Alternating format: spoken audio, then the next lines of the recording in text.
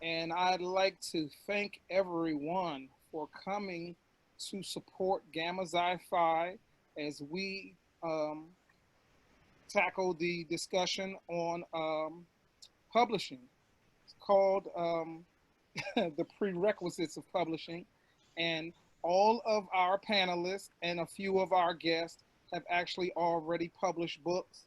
And I want each of them to introduce themselves and to kind of, when we get started, talk about the pitfalls of publishing, the ups and downs of traditional publishing versus self-publishing. And I think I'd like to start with Sister Melanie Hatter. You know, I had a feeling you were going to do that. I love you.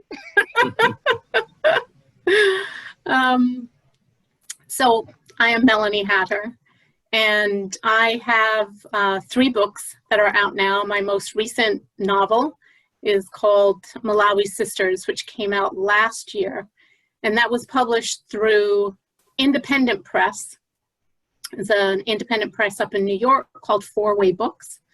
My first novel, which came out in 2011, which feels like a lifetime ago, that was called The Color of My Soul, and that was also published through an independent press, a much, much smaller press. It's the Washington Writers Publishing House, which is a small cooperative press based in DC.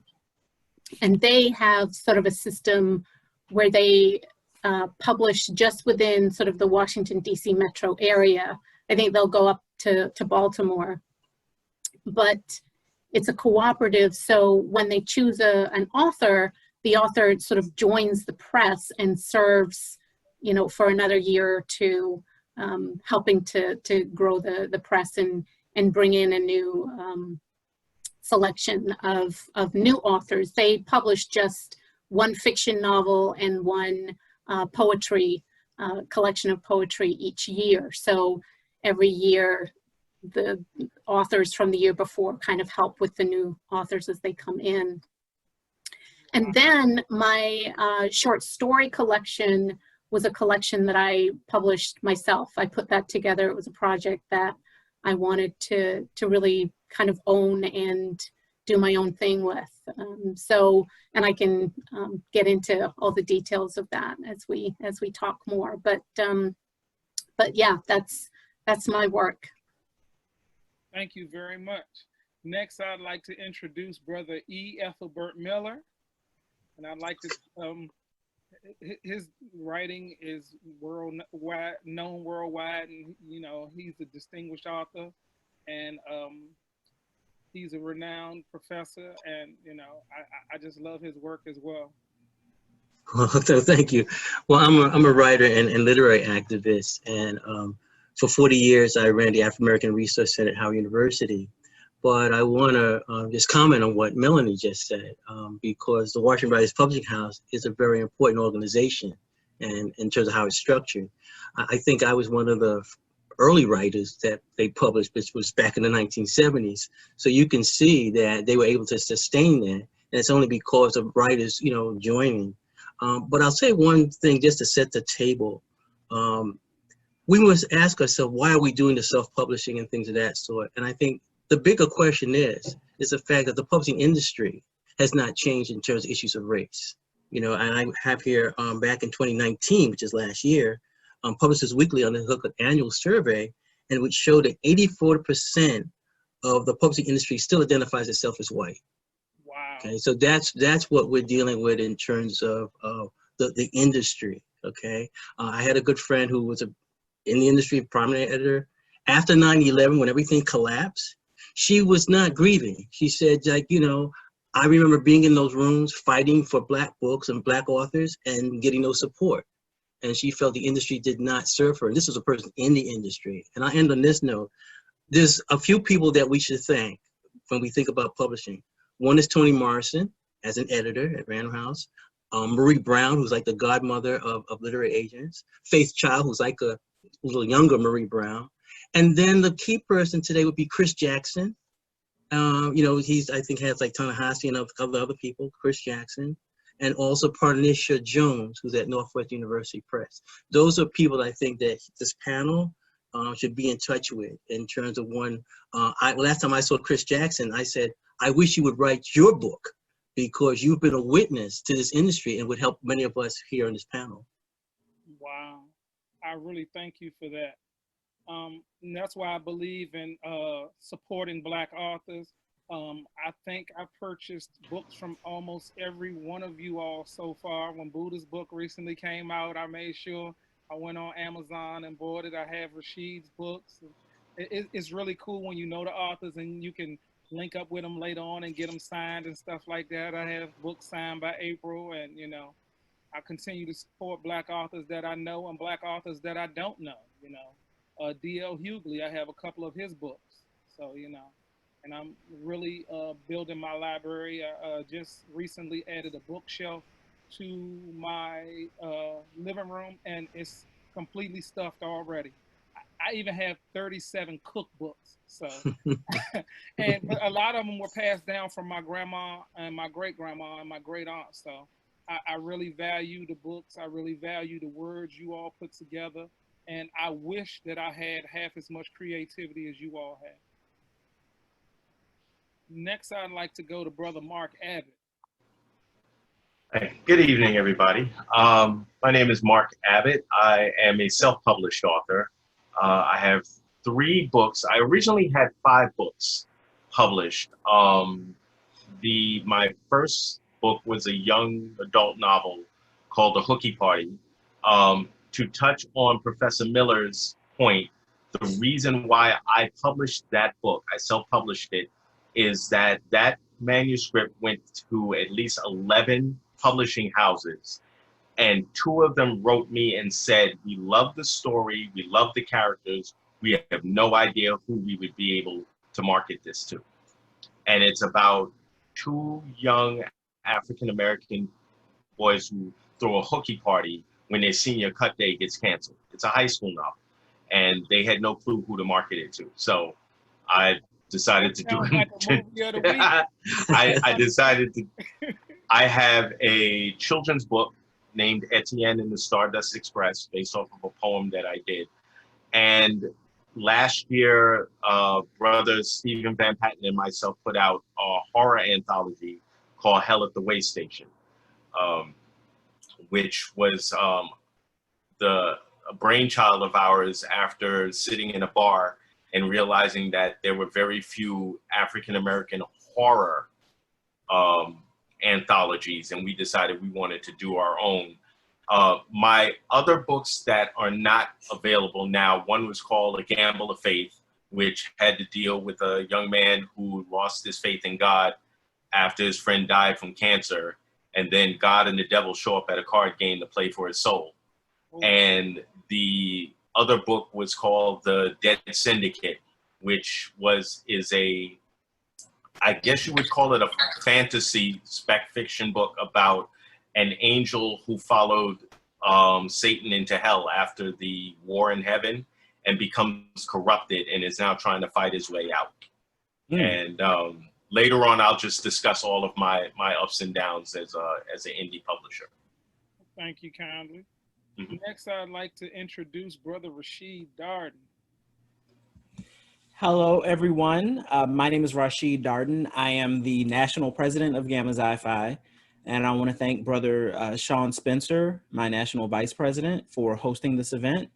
And I especially want to shout out my other board member, Charnel Bryan, my chapter members, my chapter of initiation members, Sister Hatter, Brother Miller and Brother Buddha, and of course from Delta chapter, Brother Marc Abbott, And on the call, we just had join us one of our founders, Brother Malcolm Minor, who is in Gamma chapter in Newark, New Jersey. So I am a self-published novelist primarily, and I've had published 8 books. The last time I did one of these, I got fussed out for not sharing my books in the actual Zoom. So this is Time, which is an anthology of some of my writing over the past 20 years. And things from the vault, if you will. If you fancy yourself a Prince fan, there was a lot of stuff that I've written that was unreleased. And I decided, you know, I've been in the game for a while, so I'll go ahead and put it out. And my most recent novel, Children of Fury, and it's just so thick. I can't deal with myself. This is crazy. But I did want to sort of dovetail off of a couple of the previous comments. The reason that I jumped into self-publishing, there were one person and one reason. The reason was that when I sent my original novels out to agents for query, they wrote back, I didn't query that many people, it was less than 10. And they said, wow, your work is so good. We really love this. We're going to have a hard time shopping it to publishers because publishers aren't going to feel that the bookstores are going to carry this book, with the implication, not that it was Black, but because it was gay, because the main characters were gay. So throughout my journey of 15 years of self-publishing, I've received a lot of support from a lot of different sectors, because like Elin Harris, who was my inspiration to self-publish, I knew who my readers were and how to reach them. But I also did meet a lot of resistance when it came to independently distributing my books to bookstores, including Black-owned bookstores. So 15 years later, I'm still here and some of those bookstores aren't. And unfortunately, as Brother Miller said, the game really hasn't changed much from the top down in terms of the whiteness of publishing. And I don't necessarily always want to be self-published, but I'm still finding it hard to find people that know my audience better than I do. So that's where I am right now. And in terms of upcoming projects, I have 2 short stories that are going to go directly into ebook versions. So not full books, but a couple of short stories that will be available for purchase. Thank you very much for bringing up ebook versions. After we hear from Brother BuddahDesmond, I'd like to circle back and talk about ebooks and audiobooks and see what you all feel about those. Brother Buddha, how are you? I'm doing well. Can everybody hear me? Yes, sir. All right. Thank you so much for hosting this panel and for having us. This is a ever timely, ever relevant topic. I am a writer and a poet and the author of 3 poetry projects. The first one that I published back in June of 2012, if memory serves me correctly, is called Prevail, Poems on Life, Love, and Politics. Hopefully you'll be able to see it. The second project I did is a chapbook. It's called Exotic Shifter. I actually published this through an indie Black publisher that I believe is now defunct. And the company was called Two Pens and Lint. And essentially they were set up to publish chapbooks by poets as a way of them having materials for folks to buy when they are doing spoken word events and appearing at specific types of venues, so that they actually have some merch. So if people like them, they have something that they can offer for the audience to buy after shows. So I did that. That was in 2014. I think fall of 2014 was when this was published. And in April of this year, I published From the Inside Out, a poetry collection. And I ended up doing this through Amazon Kindle Publishing. And for me, this project was a little bit different in the sense that I kind of took control of the entire process.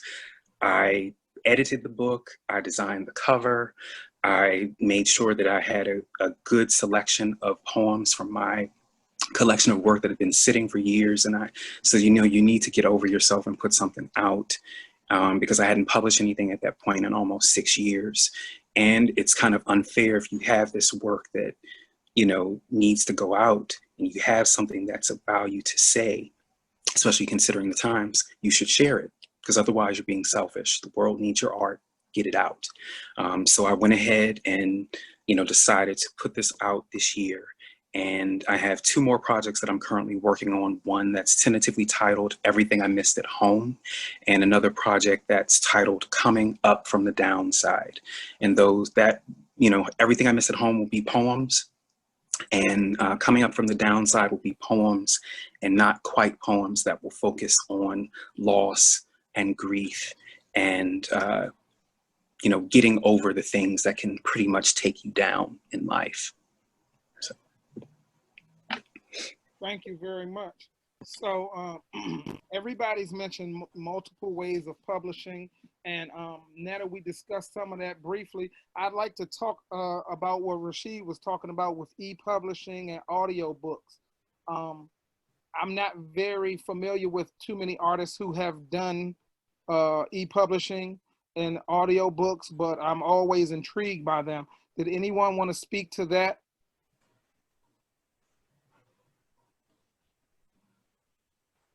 Yeah, I can sort of kick that off. And it starts with a story. So I have a colleague, Frederick Smith, whose first novel, Down for Whatever, also Black LGBT characters, came out in 2005, around the same time that my novel, Lazarus, came out.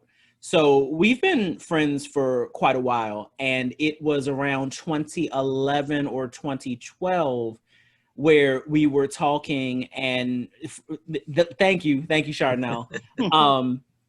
We were talking, Fred is traditionally published, and his publisher went ahead and converted his novel to ebook format without him knowing, you know, like, you know, he's just the author. He has no decisions in that realm. So they made it into an ebook, and he didn't know until he got his first royalty statement.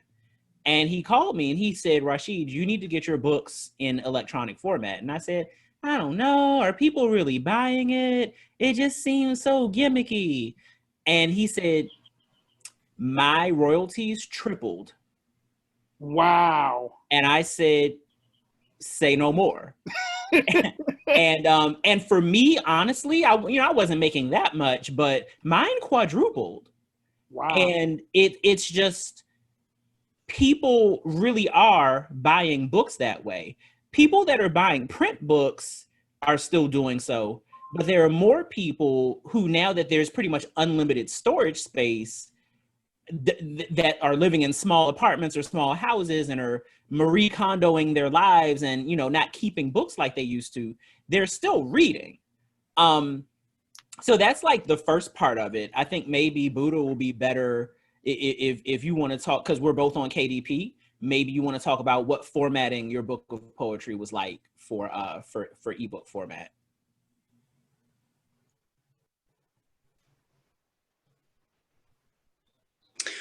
Oh, formatting was fun. I will say that. Formatting was fun, partially because I had a technology issue. I had another meeting prior to our panel, and my MacBook is a dinosaur, as I like to call it. So I could not download the version that I needed to use to properly format the book in Kindle for ebook. I had to borrow somebody's PC in order to be able to properly format the book, because I ended up having to extend the deadline for it to get published because everything else was ready for the print edition, but the ebook edition, I was like, I cannot publish this book and the ebook format not be right, because I had people that were already telling me before I even hit the button to publish it, I don't want to get the print version, I'm going to get the ebook version. So it's like, if anything else, I need to make sure that this is on point, since so many people have kind of shifted for those that aren't buying print as much, for those that want everything, you know, in the ebook version. It has to be on point, because if it's not, you get a whole bunch of complaints that might tank against you in terms of people wanting to buy the book and actually, you know, patronize you as an author. So I wanted to make sure that if nothing else, the electronic version of this book was on point. And I went through it, I don't know how many times, like a fine-tooth comb, to make sure that the formatting was legitimate. Because I think it would just be ridiculous if you have a great experience with the print version, but if you're going to make an electronic version of your book available, that it needs to be responsive and that it can work not only on a mobile phone, but also on a tablet too. So I spent a lot of weeks trying to get it right. Could I comment on something? And I haven't got any complaints thus far. So, you know, with a one-man show, hopefully, you know, things are good. I'd like to comment on what Buddha just said and also bring it back to Rashid and maybe help in terms of this discussion.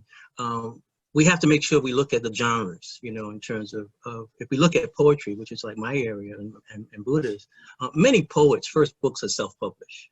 You know, I mean, you go back to Walt Whitman, you know, you're self-published. Then what usually happens sometimes is that some of those individual poets who self-publish begin with their own books, but then they publish maybe their friends, so they start publishing companies. You know, two people, an example would be Dudley Randall with Broadside Press, Don Lee Hakimata with Thoroughbred Press. And this is where there's a bias to the genre, okay? Many poets don't have literary agents unless they're really well established, okay? If you want to be well established and be known as a poet, all you have to do is have your book of poems published on the following companies: Copper Canyon Press, W.W. Norton, Farrar Straus, and maybe Coffee House. You will be guaranteed to be up for a National Book Award or Pulitzer Prize. The rest of us will always be trying to get somebody to read our work. And I'll go back to Rashid in terms of Elin Harris, talk about, you know, fiction. Elin Harris came over to when me and my friends were running Vertical Bookstore. This is when he was selling the books out of the trunk of his car. Okay, and he was happy for the independent bookstore that gave him a place. He also came after like the Terry McMillan, you know, sort of phenomenon. So he hit a really good audience, which I think today, if any of us here are tied or linked to Black Books Clubs, we're probably going to sell books. Indeed. Sorry, to go back to the ebooks, I think it's almost standard now. I mean, they've become just, you know, it's, yep, you have your hard print book and your ebook in publishing. When my first novel came out, people were still trying to sort of, you know, find their way with it. And I had to convince the press to go with the audio, to go with the ebook, because they were very unsure about it. Just they weren't quite ready to go in that direction. So I did lots of research and got numbers and convinced them. And yeah, the formatting for ebooks has got to be on point. And I know that it is even trickier for poetry, but yeah, there is definitely an audience out there. So with my short story collection, I made sure that that was an ebook as well. It's really, when you go through, I went through Amazon as well. At that point, it was Create Space. I don't know if they're still there, but yeah, KDP. So I was able to, you know, have the print on demand, essentially, and have the ebook as well. Audio, I think we're at that point now where that's becoming sort of the norm, but we're not quite there yet. There's a lot of expense with audio in terms of the production side of it. I sort of recruited my son to help me because I wanted to do an audiobook of my short story collection. And I put in all the time, the hours after my day job, and sat, you know, had cushions around me, got the microphone, did the whole deal. And then just kind of ran out of steam. I got the whole thing done, but then couldn't find someone affordable who could really do the technical part of it. And so it's, those audio files are still sitting somewhere, and you know, I haven't really moved forward with it, but I've heard of some folks who are moving into that. And audio, I mean, I enjoy listening to audiobooks, so it's definitely a market. Indeed. I know folks that listen to them on plane trips and, you know, driving in cars to and from work, you know. So, I mean, any way that you can get your art out there is definitely a plus. Can I make a step Yes, chime in sir. real quick? So I will say that I have a love-hate relationship with ebooks, and it comes from the fact of price. While ebooks are popular, one of the great things that people love about ebooks is that they're cheap. Print books cost more because of the production value and exactly how much you have to put into printing it. Where it's always been tricky for me as an independent publisher is that I have to charge a good amount of money for that ebook to actually see financial results that warrant the time and the effort I put into it. If you have a really good fan base, and it also, as Brother Miller had pointed out, it's also the genre. There are a lot of really popular romance books they're it in the publishing world. They sell like hotcakes. But if you're not up there in that market, so to speak, every little dime counts. Going through KDP, it breaks it down exactly how much money you do get back from any of the sales, any books or ebooks that you sell. So it's always been tricky for me because you can't sell your hardcover for $15.99 and the ebook for $14.99 because people are just like, that doesn't make any sense. So you gotta, when you're gonna go into ebooks, you always just make sure that you do the math properly to make sure that whatever sale price you're gonna sell, you're not undercutting yourself.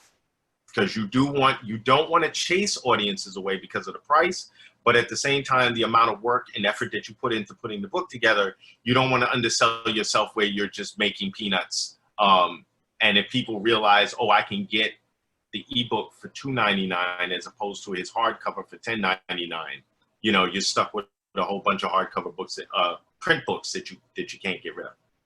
I'd like to say something, Mark. I'm glad you brought this up because this is one of the problems that occurs when writers are forced to, quote, begin as writers and artists, but then they have to become business people. Mm-hmm. And I know some people say, I just want to write, I want to just write, turn my manuscript over and let somebody else. I don't want to do the hardcore business stuff. And sometimes that's where we get there. Mm-hmm. Yeah. Go ahead, Shawn. And as a business major, the first thing I thought of is like, okay, how much is it going to cost to produce? What's my break-even point? I'm starting to think of it from a business aspect and not from the writing aspect. So I understand exactly where you're coming from because, a lot of authors, when they have it flowing and going, they just want to write. They don't want anything to disturb that process. I think it's also important, I guess, to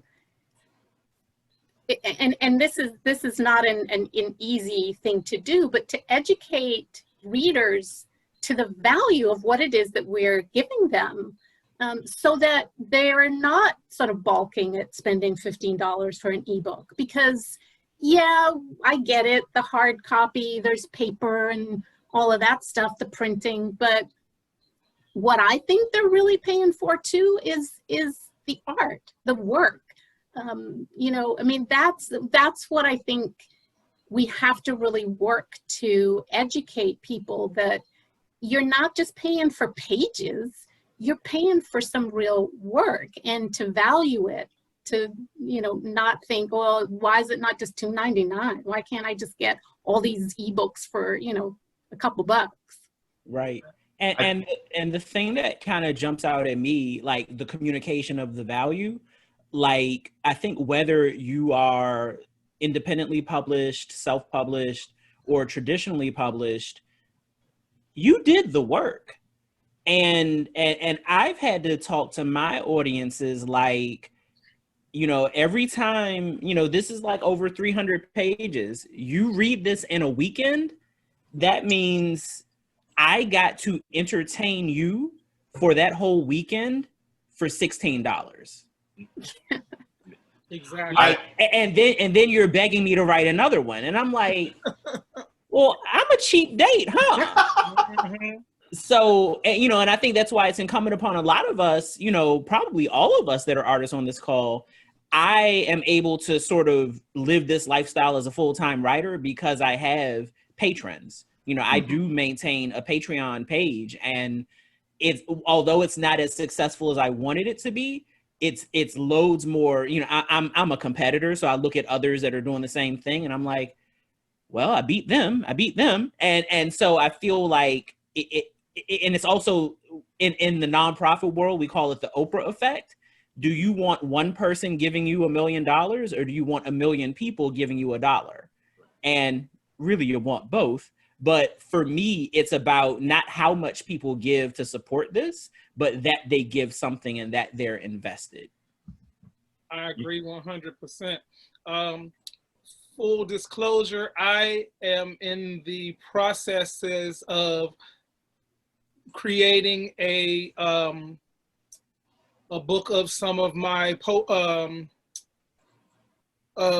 excuse me, I went blank for a second. So I'm in the process of creating my own book, and I want to self-publish it. And it's a book of artistic nudes. And some of you all have seen some of my work at my exhibits, and I've been putting these pieces together for over the last 15 to 20 years, some color, some black and white, and I'm trying to decide how I want to do it. And, you know, if there's a market for it. I mean, I've bought books from Rundu and a lot of other authors that have put out in this format. And, you know, when bookstores were really, really popular and, you know, all over Georgetown and Union Station and stuff like that, I went out and bought these books from these artists, and I support them. And everybody started telling me, Shawn, you know, you have everybody else's work. When are you going to do your own? When are you going to put your own stuff out there? So, you know, that's another reason why I'm picking your brains, and I'm trying to get ideas from each one of you about just, you know, the process. You know, because I want to go step by step, and I want to put out quality work, but I also don't want to devalue myself or devalue my work. Can everybody hear me? Yes, sir. Okay, because my nobody's moving on my screen, so I don't know. Okay, there you go. So I'm gonna back up a little bit about what I did. When I started, it was 2007. There was no Create Space. There was no Amazon books. None of this existed. I actually had to start my own publishing company. I had to buy the ISBN numbers. I had to get you guys still there? Yes. Okay, everybody's frozen on my screen. I just want to make sure I haven't lost everybody. So I literally built a company from the ground up without knowing how to do it. And at that time, it was still fashionable to take books, your manuscript, to a printer, have thousands of books sitting in your house, trying to move all of this physical material. And it's gotten much easier now. But the most important thing you have to do is you have to get out and know your audience, first and foremost. You have to know who the people are that will invest in what you're going to do. If you're going to go through Amazon or KDP, I always suggest people do that first to get their feet wet, to understand how that works. Because if you try to do what I did, which is essentially start a business and have an incorporation, you have to. Mark, you still with us? So unfortunately, we lost Mark for a second. Hopefully he'll be able to reboot and join us again. Just to jump in there, I mean, I can't predict what he was going to say, but Lazarus was established the same way that Mark's first book was. So it to paraphrase Alice Walker, it'd be more than a notion having a basement full of paperback books that you got to sell. And it's rough. It's to be your own warehouse and distributor, and, you know, the print on demand technology was the game changer. And the fact that people are ordering books and they are printed at the place where they're shipped out has really been a game changer. If I may, I'd like to ask Brother Miller a question, because I know he has published prolifically. I guess I said that right. Are there any books of yours that are out of print that are no longer available, that you don't necessarily like, that you can't get to right now? Like, is there anything about the way that publishing has gone that has prevented you from going back into your back catalog and, you know, republishing or reprinting? Well, you know, like many writers who, you know, you hear somebody say, oh, I have like 30 books or whatever, right? Most of them are out of print, you know, unless maybe, for example, you wrote a book that became very popular, was of course adopted, you know, where, you know, all of a sudden, you know, you had a book about, you know, race or whatever, and now it's 2020, and somebody said, let's redo that. Keep in mind, some of my books were done by Paul Coates' Black Classic Press, you know, and I was pretty much one of the people when Paul was starting up a press, you know, became involved in terms of helping him run his press, and then he also did my work. You know, at that time, he had to print. He was one of the first people that had to print on demand. So he was always like, okay, I can keep your book in print forever, basically. You know, you're not dealing with that whole warehouse thing. When you need it, you print them around. So that was always something where I felt Paul and a couple other people, you know, after World Press, were very key in terms of that. But when you see somebody says, okay, they have excellent books, a lot of those books are out of print. Okay. Now, every now and then, if, for example, the writer becomes well known, then a company will say, okay, let's put a new cover on what you did when you were undergraduate and put that out there, because they want to make money, you know. And that's a thing to think about. But this whole issue about distribution, I think, is extremely important. And if I would say this, because we are Black writers, when we think of distribution, we have to think international. We have to say that some person in Australia wants to read our work. Some Black person in Germany wants to read our work.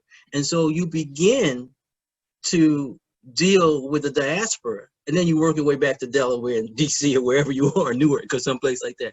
But there's no reason why we don't think internationally. You know, I mean, this is what, you know, Garvey and others, you know, even Booker T. Washington was trying to get people started to do something in Africa. We have to have that same approach, especially because of social media. Okay, there's no reason why with social media we are not distributing, whether it's ebooks or whatever, to somebody who's in Europe or somebody who's in Asia. Indeed. I heard Brother Buddha say that one of the companies he used to previously work with is now defunct. So what if you wanted to release that book again? Would you have to redo your manuscript and put it through Amazon or somebody? I believe I could, based on the agreement that I signed with them. I have all the rights to the work, and I kind of asked 2 or 3 times if I wanted to republish this book, if something happens, if I want to republish this project, do I have the power to do it in whatever means? And I do, because actually one of my aunts, she didn't know that I had released like 3 projects, and she was talking with my mom in the last week or so. And she was asking, well, can I get a copy of Exotic Shifter? And I said, well, if she wants a copy, she's going to have to come through me to get it, because I have the only remaining copies of that chapbook left. So, and I've thought about actually republishing it. But one of the other things that I did do is I took about 6 poems out of that chapbook and I republished them in From the Inside Out. And they were the poems that kind of meant the most, or that spoke to the most to me about what I wanted this collection to be about. And I think in the past, what I might end up doing is make it in an ebook. You know, I might just release it as like a pre-celebration for my next full-length project, you know, something like that. But I think that's one of the things we also have to be mindful of, is when you are getting ready to release a project, being mindful of your rights and what you can do with your work and what the company is going to be doing with your work as well. And that's something that comes up a lot with some of the things that we're doing on social media as well, because the question always comes up about when you're sharing content on social media, do you still own what you're sharing? Or is the company that you are sharing through the one that has the rights over what you're doing? So, you know, we do have to be mindful of that aspect as well, because ownership is very important, especially for us, and ownership of our voice and how it's getting out to the masses. Could I add on that, Buddha? I think one of the things that we should also, and this is where I come in as a literary activist, we all should be aware of our literary estate, you know, where we are depositing certain of our books, you know, in terms of making sure the libraries have our titles, you know, but we really want to look at, you know, what's happening within our own families in terms of, do we have wills? How does this get passed on to maybe your grandchildren? What are they going to do? What do they have any control? Somebody could take Buddha or Rashid's work and it's in some kind of movie 20 years from now, and all of a sudden your niece or whatever, or, you know, like Aretha Franklin, oh, you know, let me find her will. You know, she wrote that for me. You know what I'm saying? So you really want to make sure that your literary estate is in order, especially in terms of if one of us passed away. Do I have a copy of that contract? You know, is it somewhere where I really can access that? But that's something I think is very important, or else all the work that we're doing now that while we're living, it's going. I mean, I can tell you the horror stories where, and you know, this is a Black family. Oh yeah, Rashid has some boxes up there in the attic. Oh, I just put that out in the yard. First edition. It's just, I don't know about the ebooks, and that's our family. So, you know, that's what I just said in a joking way, but you know, all of us should be aware of that. Indeed, because your royalties after death, somebody got to get them, you know. And hey, a lot of people leave stuff to their colleges and universities. Some people leave stuff to their relatives, and if they don't have relatives, they leave stuff to their fraternities and sororities. So I can assure you that that is not on the list for me. But I can't. But in all seriousness, as somebody who is a man of a certain age with no heirs, like, you know, that is excellent advice. Like, I mean, I've always thought about where my real property would go, but I really haven't thought enough about, you know, how to establish a trust. You know, who becomes a trustee of that, and you know, because there's going to be a lot of years after my death and when the copyright expires. So, you know, that's a thing, and that really could and should be a whole different program on its own. So we're going to bring back Brother Miller, and because this could be a 2-hour thing, and we need some lawyers involved, and like, because I need to know what to do with my intellectual property and how to protect it in the event of my death. Your intellectual property is your legacy, and you definitely have to protect it. Because some people can wait till your copyright expires and then do whatever they want. Make sure you don't have any heirs, and they can make money off of you. More money to offer your stuff than you ever made. Hey, I'm back, guys. I'm sorry about that. My Wi-Fi went out. I'm sorry. No worries. I'm glad to have you back. So go ahead. No, I was just saying, did anybody get any of the stuff that I had said before I was we got a lot of it. Okay, all right. As long as you got it. Yes, indeed. Hardback versus softback. Can anybody go into that a little bit for me? Because you might want to be concerned about the hardback, because there are people out here who are collectors. Exactly. You want to be concerned about hardbacks because, you know, you should definitely make sure that your books are going to libraries. And then also, I think hardbacks are very interested in anybody, community organizations or anybody, museums who want to display your book. So I think there's always the need for that. Independent presses, though, a lot of them are doing the soft covers, which I'm assuming is cost probably. But yeah, I didn't get with any of my books, I didn't get that option. Nobody came to me and said, hey, do you want to have a hardcover? I might have said yeah, but no, I think they do cost a little bit more. So that is a consideration. And when you are self-publishing, it's definitely more cost-effective to go with the soft cover for sure. Yeah.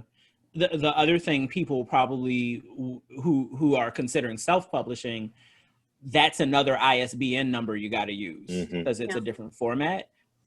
Most people buy their ISBNs in blocks of 10. So I only just ran out of my first block of 10 this year. So like, I honestly suggest people buy their ISBNs in bulk so that you don't have to worry about it when you do decide to get a hardcover.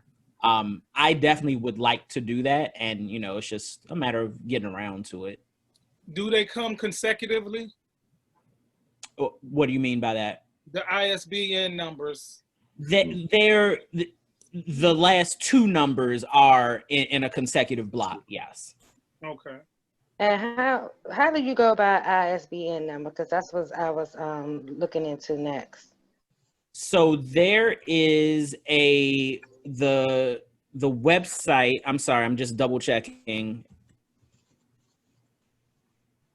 The website that I use is called bowker.com, BOWKER.com.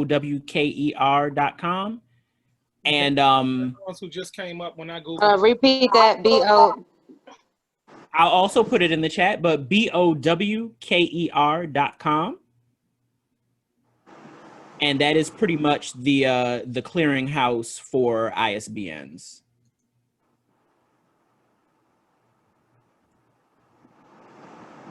And just be aware that if you are going to exclusively publish ebooks for Amazon Kindle, you don't need an ISBN number. But if you decide to publish, I think it is iBooks does require ISBN numbers. So you might as well get an ISBN number for your ebooks if you're publishing globally. Okay. So I wonder how it works for photography books. So Mark, why don't you go ahead and answer? We'll say what you were going to say, then we get back to Shawn's question. Okay, so what I was going to add about the hardcover books, my children's book, I went through a company called Book Baby for this one. The interesting thing was I wanted my children's book in a landscape hardcover edition.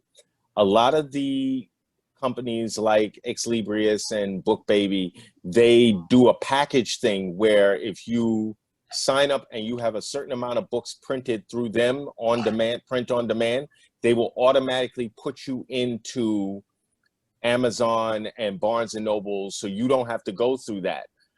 The interesting thing was they don't do it for hardcovers. They literally will not let you set up an account to sell through Amazon or any of the other companies with a hardcover book because they said it costs too much for them to print and put out. So if you may want to do a little more research in terms of where you might want to do a hardcover book, because I do think that's a great idea to have at least a hardcover edition or a limited run that you can sell as collector's editions and have them on file. I mean, you could do that with Book Baby and you just have to print them and have them sent to yourself and you sell them. But in terms of selling globally, it's I don't know off the top of my head what companies you could go through for hardcover. So there are companies. Shawn's next question was about photo books in particular, right, Shawn? Yes, sir. So I haven't done that research lately, but maybe in the last 18 months I looked into it. There are some companies that specialize in photo books. That is going to take quite a bit more research because you really want to hear from other self-published authors of photography books to see what their experiences have been.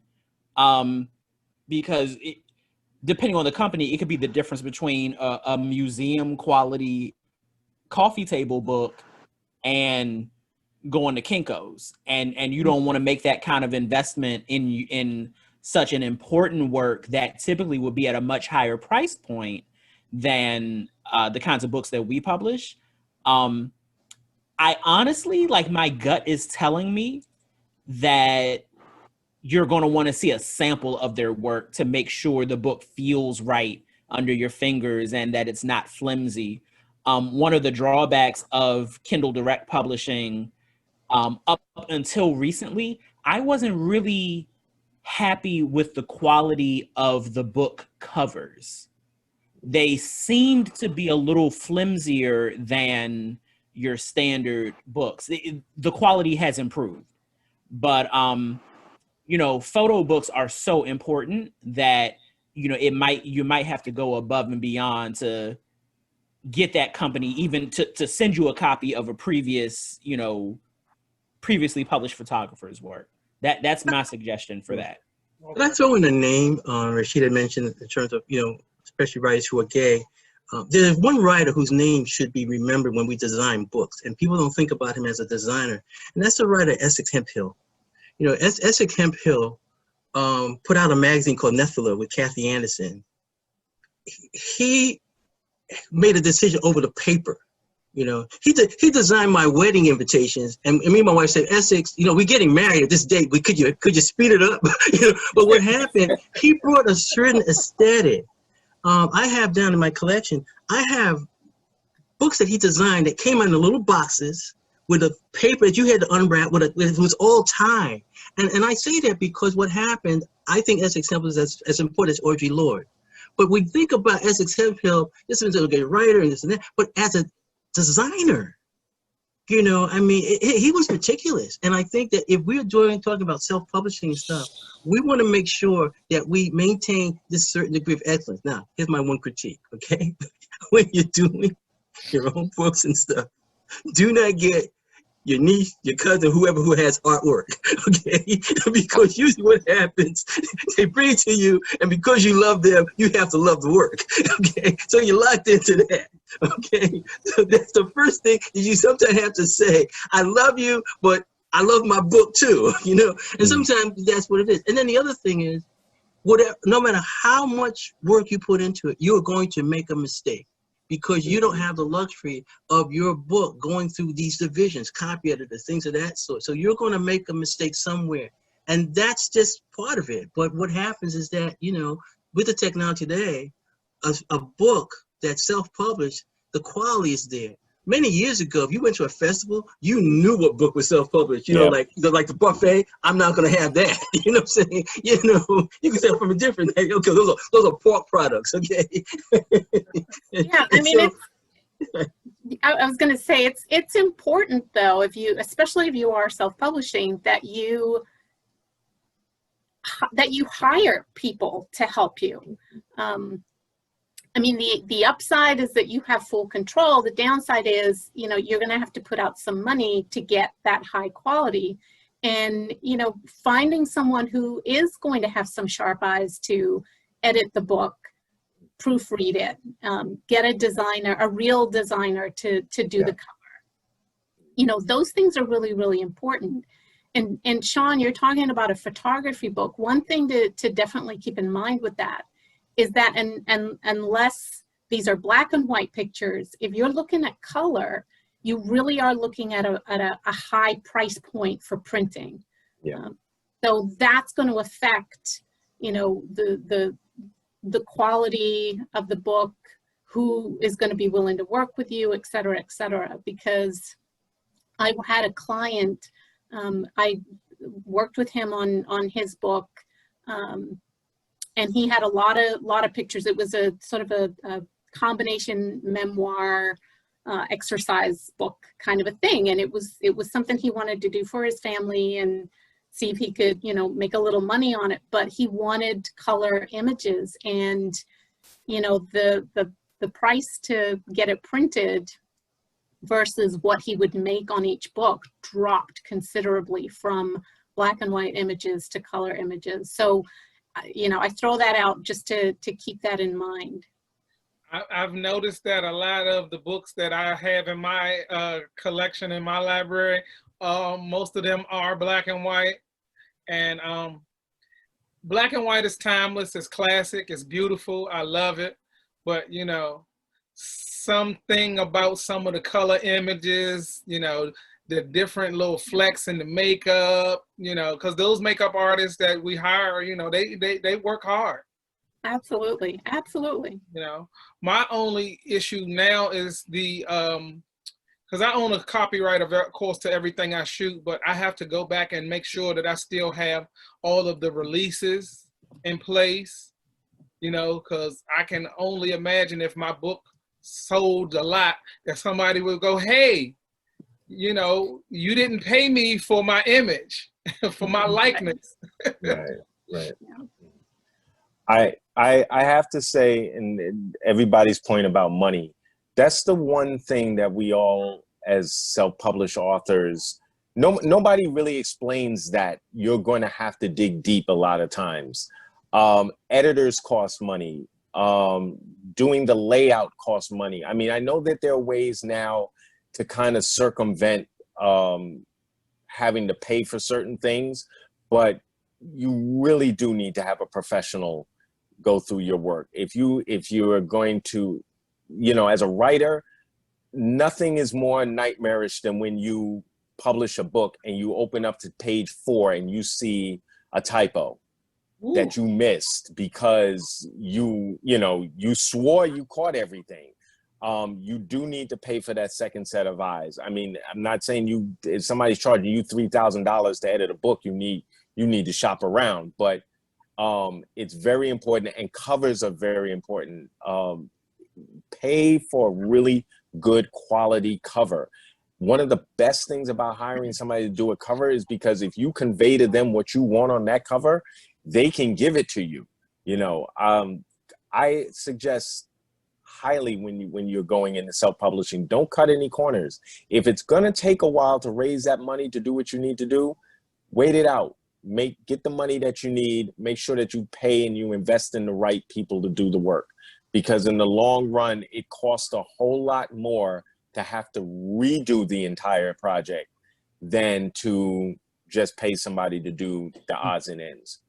Mark, I add something in there, trying to find the right people. Sometimes you can find the right people who have the credentials, but then you're writing something that's using like a Black vernacular. I'll give you an example.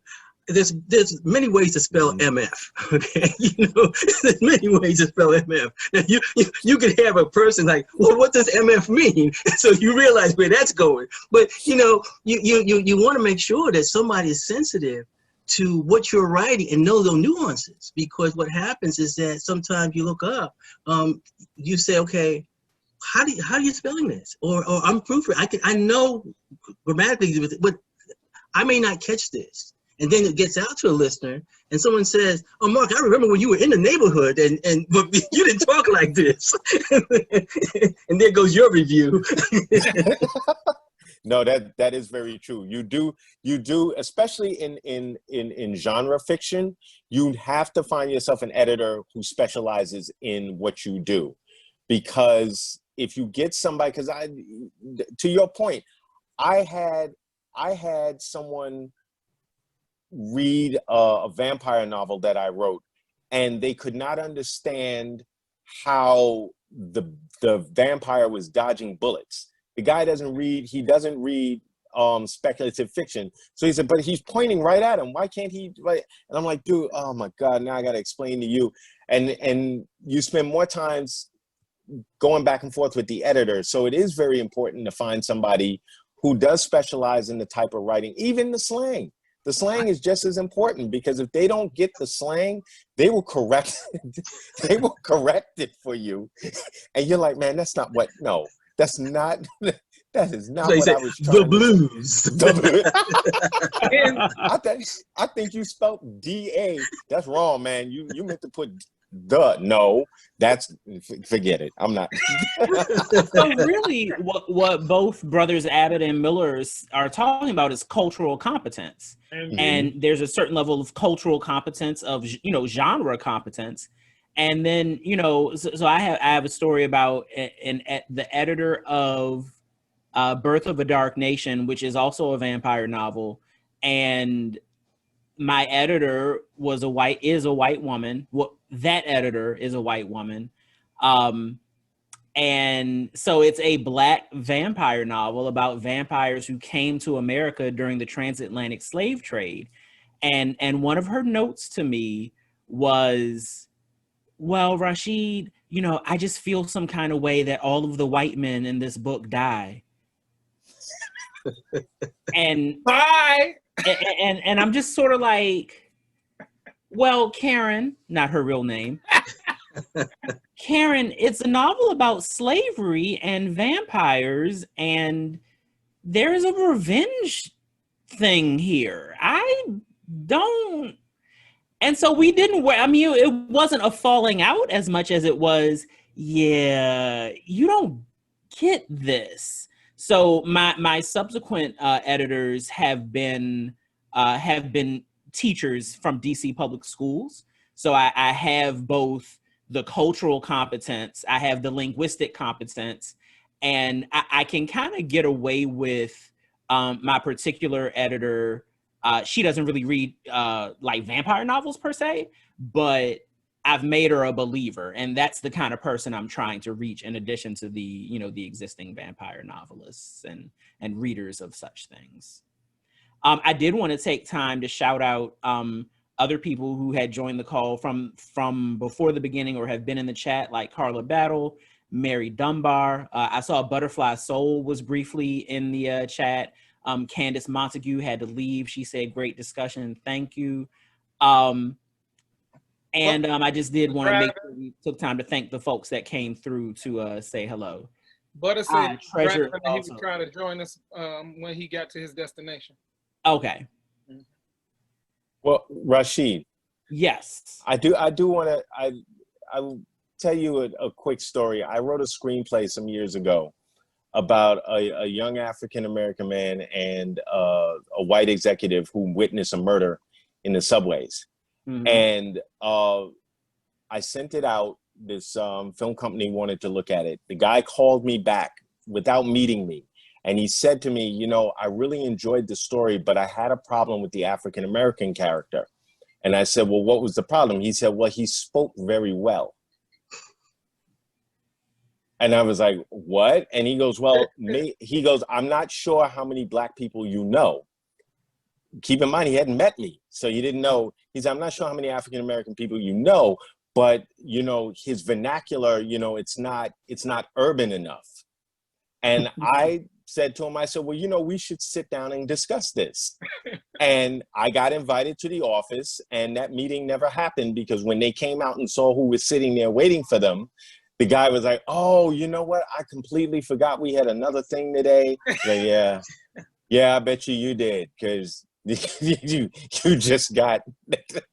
So I completely understand about the cultural indifference, not understanding, you know, but I guess it shocked me that I was like, oh, so I guess, you know, Black man's not supposed to speak well at all. He's supposed to talk like he's, you know, all from jive. The street all the time. They want to talk all jive. But I think that's part of the trouble that Black authors have had with traditional publishing, right? Because what we're writing is about culture, and because we're trying to present it to a white industry, they don't get it oftentimes. And, you know, I think that's part of the struggle, is finding people who can read our work and understand the perspective and be open to it. Yeah. Well, that's why I think that these clearinghouses and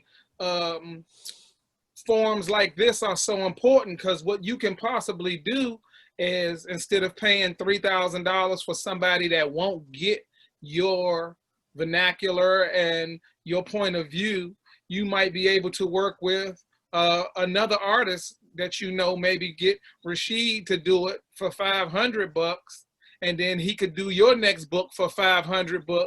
Excuse me, $1,000.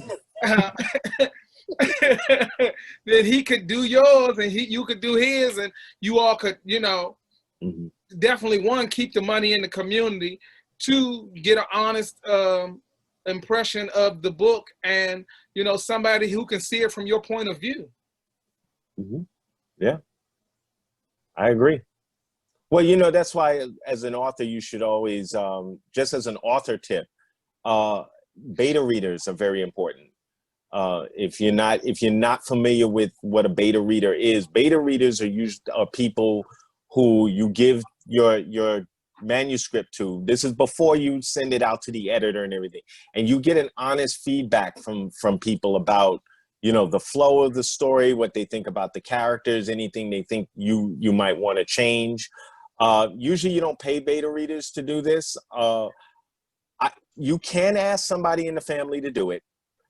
I usually don't, because what happens is you ask family and everybody's, oh man, I really love this story. And then you send it to the editor and they're like, man, you got a lot of work ahead of you, because, you know, so you want people to be, I prefer people to be brutally honest with me than kind.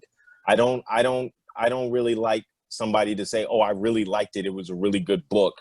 I wouldn't change anything. Somebody tells me that, then I know there's something wrong with the book, because it, you know, it always needs work. It always needs touching up. So, but if you're, you know, like all of us here, we could always beta read each other's work if we chose to. And if we wanted to hire each other as editors, yeah, I'm game with that, as long as you know what you're doing. Right. Being part of a writing group, just again, from that author perspective, if you're part of a writing group, then you have, you know, some trusted folks around you who you can kind of share work. And that's you know, they're not necessarily beta readers, but they can be. Yeah. But they're folks that can, you know, really help guide you a little bit and give you some of that feedback that is really important in the early stages. Yeah. So very true. I've just dropped in the chat a link that might be of interest to those of you who have not used beta readers before, or are considering it, or have used them before. And I tend to use, so a couple of things. I tend to use maybe 3 to 4 beta readers, and half of them are usually people that have read my work before. And the other half, I try to get one person that has never read my work in advance before. And then I try to get one of my patrons to, you know, like kind of as a perk to being a patron, like, hey, you get a first peek and I will take your feedback seriously. This link is, if you've never worked with beta readers before or don't already have a rubric, they should know the kinds of questions you're going to ask them, because even friends, like family especially, will be like, oh, it was great, and not say anything else. But you've got to be very specific in asking them, you know, not just did you like it, but did it work? And the link I posted should be some guiding questions. But I wanted to share with Mark, my beta readers typically get my book after the developmental edit. So, okay. So I am personally not as comfortable giving them stuff that hasn't had like a real edit yet. Because I don't know, it feels like I'm naked. I don't want them to see like. Yeah, I get you. So, and what happens is I will get feedback from the beta readers. Usually it's like the big stuff will be similar to what the developmental editor might have said anyway. But if it requires a major rewrite, then I kind of have an agreement with my developmental editor that I'll go back to them and they'll reread it and they'll, you know, either co-sign on what the beta reader said or not. So, but again, you know, everybody's mileage may vary. I am curious for Buddha and Brother Miller, Brother Buddha and Brother Miller, what do poets have beta readers, or do you feel pretty confident, you know, on that first pass through, like it's just going to be you and your editor? Well, I have a literary assistant, so everything I produce goes immediately to her computer. And she's the person that makes the decision in terms of what goes out. If somebody requests my work, I don't make that decision. She makes that decision. She corrects things that, for example, I might have published years ago that she finds some errors in. So, you know, that was a key thing. And I would mention this because this has a lot to do with us as a community. You know, Kirsten Porter, who's my literary assistant, is a person I met when she was an undergraduate at Marymount University. It's so important that when you go out speaking or whatever, to really make sure that you network down. People try to network up, but you never realize that you walk in and you have a book. You know, you're the guest, and it's somebody that's there that say, wow, you know, if you take the time, you know, to help that person. You know, now Kirsten is my literary assistant, but I'm still an advocate for her career. So when somebody sometimes writes me and say, okay, you know, I want some work for this magazine, I also tell her, well, send your work to that editor also. And so it's very important to build up these friendships, these mentoring, even though you might be looking forward to getting that next book out. You know, keep in mind, you have books already, and there's somebody looking up to you, and you have to take that time to respond to them in I won't call it a better reader, but, you know, just in terms of friendships that are very important in terms of the literary community. Yeah. Yeah, Brother Miller, that's a very, very good point. And it speaks to a lot of what we've been talking about, and I think across the community as well, about looking across, looking within, you know, and looking back to help everyone else kind of move forward. So it's not just you, but it's you helping the community move forward with you. And sometimes they may even end up doing better than you, which is, I think, ultimately what you want.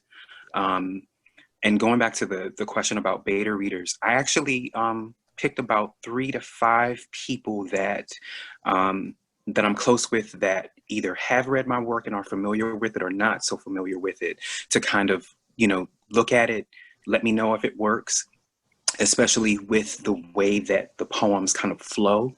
Because I think for a lot of us, it's like we have a certain idea. If it's a themed collection, you want it to go in a certain type of order, and you hope that what you think works, but sometimes it doesn't. So, you know, asking those targeted questions so that you can get the feedback to see if it's where it needs to be, or if it, you know, needs some tweaking. You know, if you got a good group of beta readers, you know, that helps. And with my next 2 projects, I'm definitely going to make sure that after I comb through it a couple of times, because I spend a great deal of time editing, probably too much time editing, if there ever is such a thing, because I'm meticulous like that. But I'm definitely going to spend a good deal of time, maybe might do 2 rounds, depending on how I'm feeling and where I am in the process with the next 2 projects, for people to kind of beta read it and see what they think. Because it's crucial, you know, that you get that feedback before you get too late in the process. Indeed. You all have given me a lot of wonderful ideas about publishing, about the differences between self-publishing and working with traditional publishers. I want no parts of a traditional publisher. I definitely know that I want to do hardcover. Thank you, Melanie, you all again for helping me make up my mind that I'll do all black and white for my first book. I'd like it to be a coffee table book, and I want people to appreciate it. I don't want people to look at it and just see nudity. I want them to look at it and see artwork. You know, I wanted them to look at it and say, he took some time to put this book together. It wasn't just, you know, graphic nudity that they could have found in Playboy or something somewhere, you know. Mm-hmm. Yeah. I'd like to talk to, or at least give my friend April an opportunity to speak and say something else about her journey in self-publishing.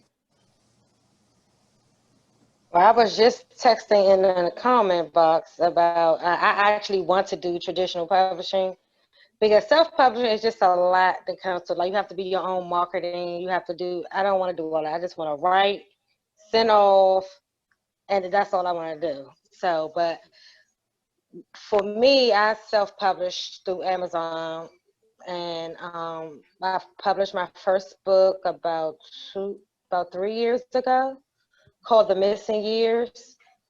And then I did, this year, the beginning is, I did The Found Years, which is the second book. And then The Secret Years, which is the third book, I did a couple of months ago. But for traditional publishing, it's like, you know, I went to a convention. Well, they did a virtual thing from different publishing companies. So I got, you know, information on trying to find an agent or send off manuscripts. Because I have a lot of manuscripts in my laptop that just needs to be in stores or on Amazon, you know. So self-publishing is good. I think I need to build up more of a client base. I know everybody said I need to email. I try to build a website, and people say you need an email list. I think that's what people say. You need an email list so they could build like your fan base and your clientele up. I haven't really did any of that. I did do a website, but I want like a really professional website, then not like one of those Wix, you know, the Wix or something like that website, like a real professional website. Far as that, but I do need to do more marketing, but that's not really. I wish I can actually pay somebody to do the marketing. That would be easier for me. I'm just lazy. I just want to write. You know, I just want to write. I just want to write it, send it off, and then they say we like it. You want to edit it, and then they just send me the copy, and I'm like, oh, I got the book. You know, that's mostly, you know, all I want to do. Well, I hate to burst your bubble, girl.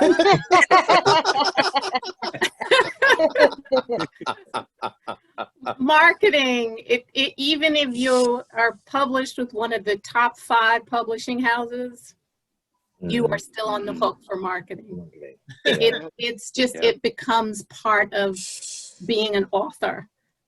So yeah, you have to have, and it's what they call your platform, which is your, you know, email list, your social media, your website. You know, they will be looking for that stuff. Yeah. So sorry, because I'm with you. I just want to write, hand it off, and let it be in the world.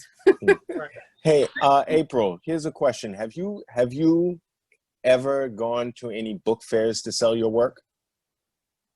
No, actually, I was signing up for have you heard of the BAR, BAR, Black Authors Readers Rock?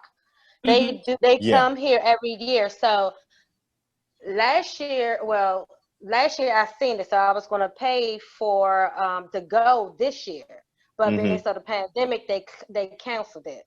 So it's next year. So January the 1st of 2021, they're going to open it back up for me to, you know, for authors to come. Hopefully. But the event not until October. I mean, not until October next year, but the tickets and your thing, if you want to go, is on sale in January. So actually, yes, I was thinking about doing that. Are you getting a table and stuff like that to sell? Yes, that's what I was thinking. Yes, yes. You have at your disposal a whole room full of people who've either done book fairs or some sort of publicity. You should pick our brains as to what you should take, because when you go to a book fair, that's part of your marketing. You're networking with both other authors and potential fans, and when you get your table, you have to deck it out. You're gonna have to do posters.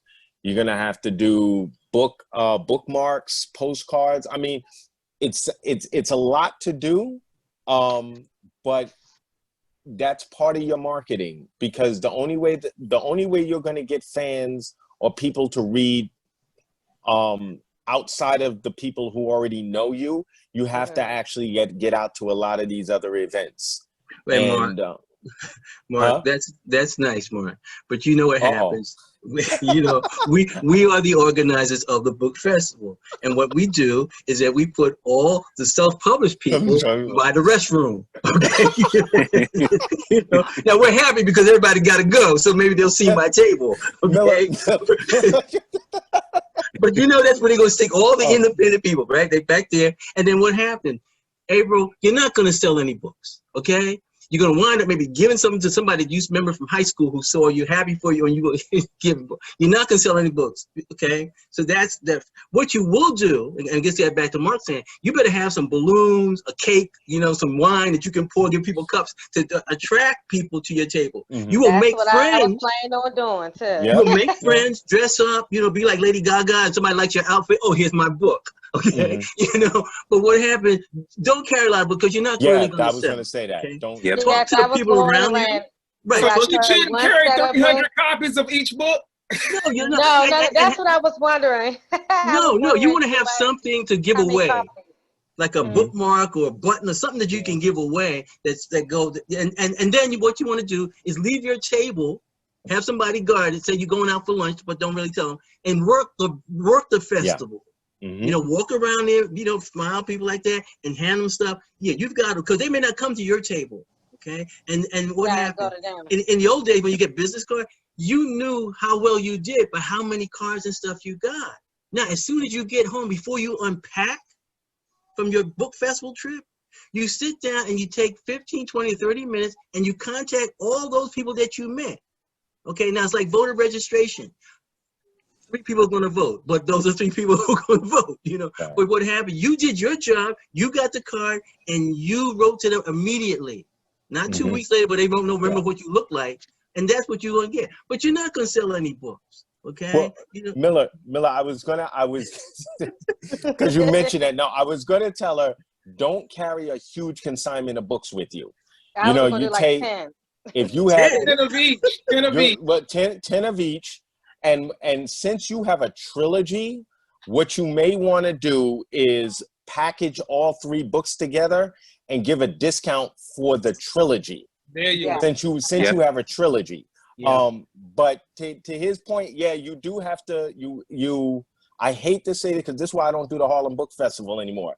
Because they used to, what they did to us one year, they put all the self-published authors, what they did, they put all the self-published authors together.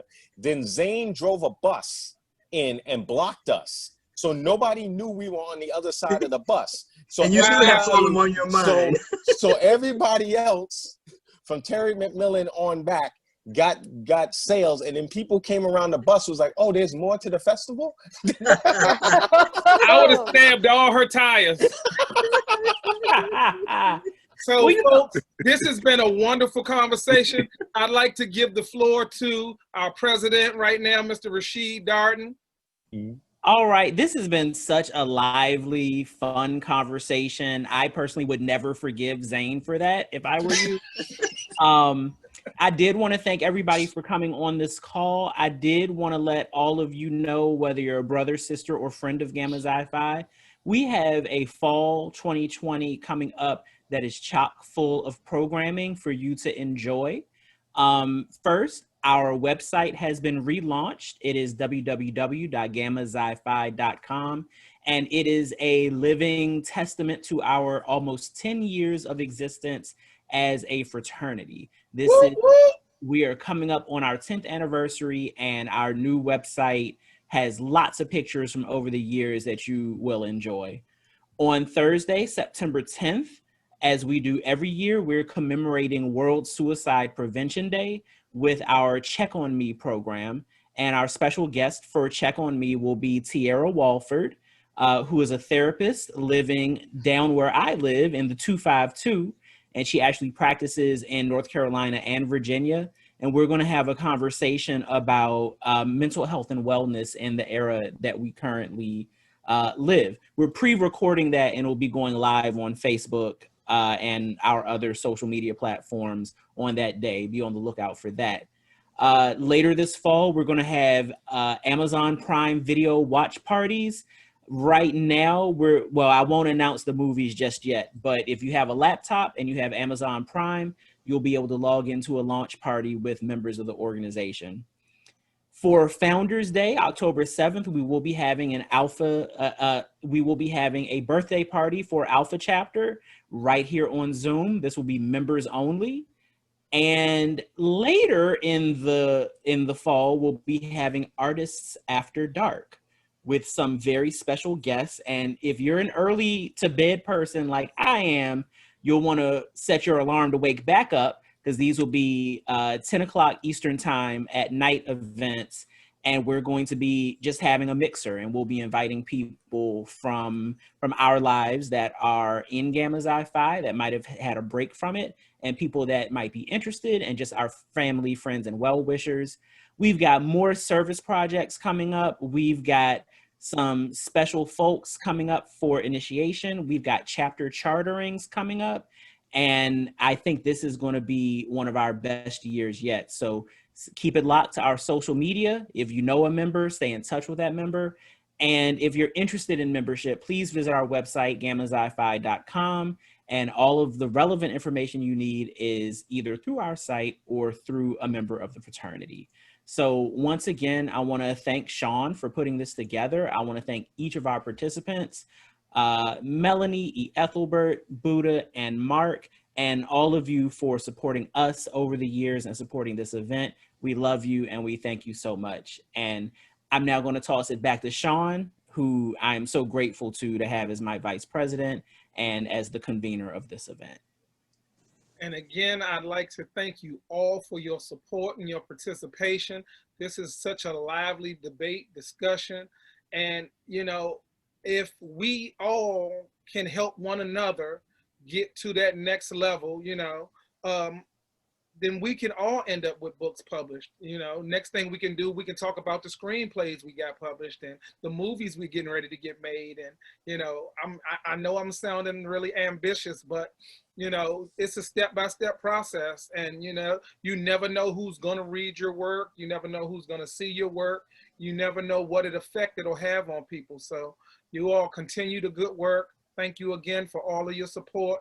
I will be reaching out to you all to pick your brains about different topics and to participate in future panels. So thank you very much. And just so you all know that this event has been recorded and we will be saving it somewhere for posterity so that maybe it'll even end up on Gamma's website at some point in time in the future. Have a wonderful evening, guys. Thank you. Thank you. Take care. Take care now. Bye-bye. All right. All right.